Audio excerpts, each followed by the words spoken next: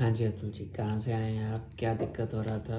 जी, मैं कानपुर देहात पुखराया से आया हूँ। जी। मुझे फिस्टुला की शिकायत हुई थी। ये करीब जुलाई अगस्त के टाइम पे एब्सेस बना था मेरे, और फिर अक्टूबर जुलाई 22। 22 ओके। जुलाई अगस्त पे तो पहले मैंने सर्जन को दिखाया।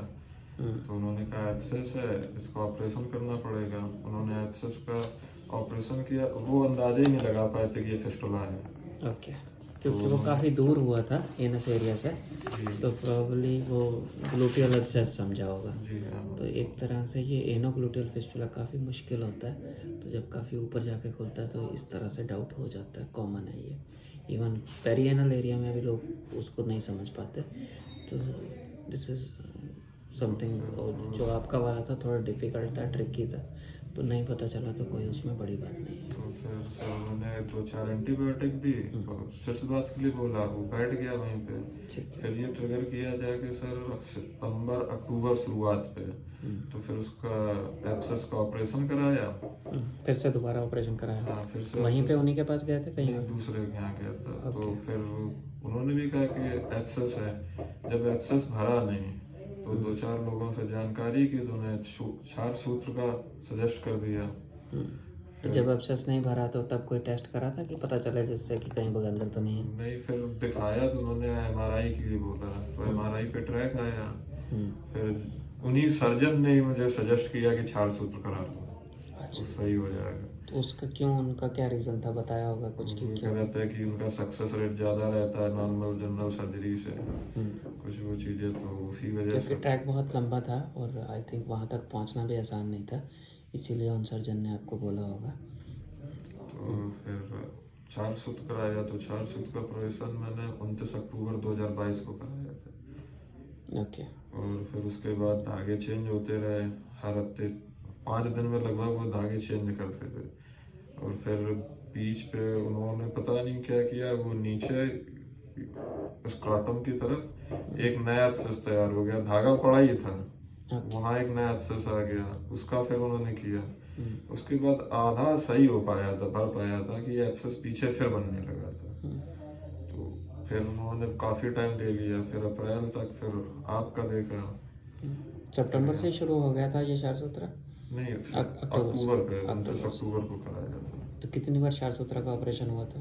छार सूत्र का ऑपरेशन तो पहली बार हुआ था, और सेटिंग उन्होंने थ्रेड कितने? करीब 15 बार? 14 या 15 बार उन्होंने थ्रेड चेंज वो किया भी एक होगा। तरह की सर्जरी की तरह ही होता है, 10-15 बार चेंज किया उन्होंने। और लेकिन दर्द बहुत होता है, बहुत दर्द होता होगा उसमें। ओके, फिर? क्योंकि ऑपरेशन करते टाइम तो लोग तीसरे जब थ्रेड चेंज करते हैं तो कुछ नहीं, धागा बांधा और खींच दिए। ओके। उसके बाद उन्होंने पूरा कर दिया, पूरा निकाल दिया उन्होंने, धागा वागा सब हटा दिए। और उनकी मुश्किल तरफ से से, लगा था कि कंप्लीट हो गया? हाँ, मुश्किल से 15 या 20 दिन बाद फिर जहाँ से पहले जहाँ से आ रहा था एब्सेस, वहीं से फिर आने लगा। वो कहते हैं दोबारा करेंगे, उसकी वजह से उन्होंने ऊपर वो जो टेल बोन होती है, वहाँ की तरफ भी पता नहीं क्यों ऊपर एक धागा डाल दिया कि यहाँ से निकल जाएगा, जबकि एब्सेस वही शुरुआत की जगह से ही आ रहा था। एब्सेस वही पहले ऊपर टेस्टिस की साइड में, एक लेफ्ट साइड में, और एक अब जो पीछे उन्होंने अलग से टेल बोन पे, तो जब उन्होंने टेल बोन पर डालने की बोला, डाल दिया, और फिर उन्होंने कहा कि मैं दोबारा फिर करूँगा, तो उन्होंने कहा इतना पेन सहने की हिम्मत नहीं है, फिर आपके पास आए। फिर यहाँ आने के बाद कैसा रहा, क्या दर्द तकलीफ यहाँ जैसे आने के पहले बाद के कंपेरेटिवली? छाल सूज से 5% भी दर्द महसूस नहीं हुआ। आप मतलब पूरे प्रोसीजर पे जो सिटिंग हुई है मेरी 7, मैंने मात्र 5 से 6 पेन किलर ली होंगी बस। ओके। मुझे ज़रूरत ही नहीं पड़ी, क्योंकि क्षार सूत्र में इतना दर्द सहन कर लिया था कि ये आपको समझ में लगा ही नहीं आया क्या है। ठीक है। ओके। और ट्रीटमेंट ठीक रहा? ड्यूरिंग ट्रीटमेंट खा पी रहे थे, काम कर पा रहे थे?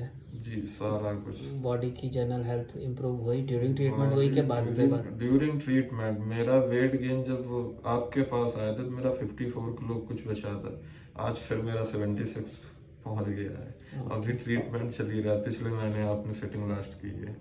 ऑलमोस्ट ख़त्म हो गया, ख़त्म ही हो गया। आज हमने एमआरआई भी करा ली, सब कुछ ठीक है।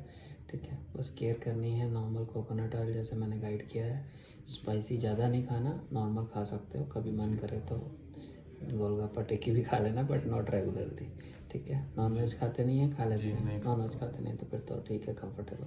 बट जिनको नॉन वेज खाते हैं उन्हें भी मैं मना नहीं करता, क्वांटिटी ज़्यादा नहीं रखनी।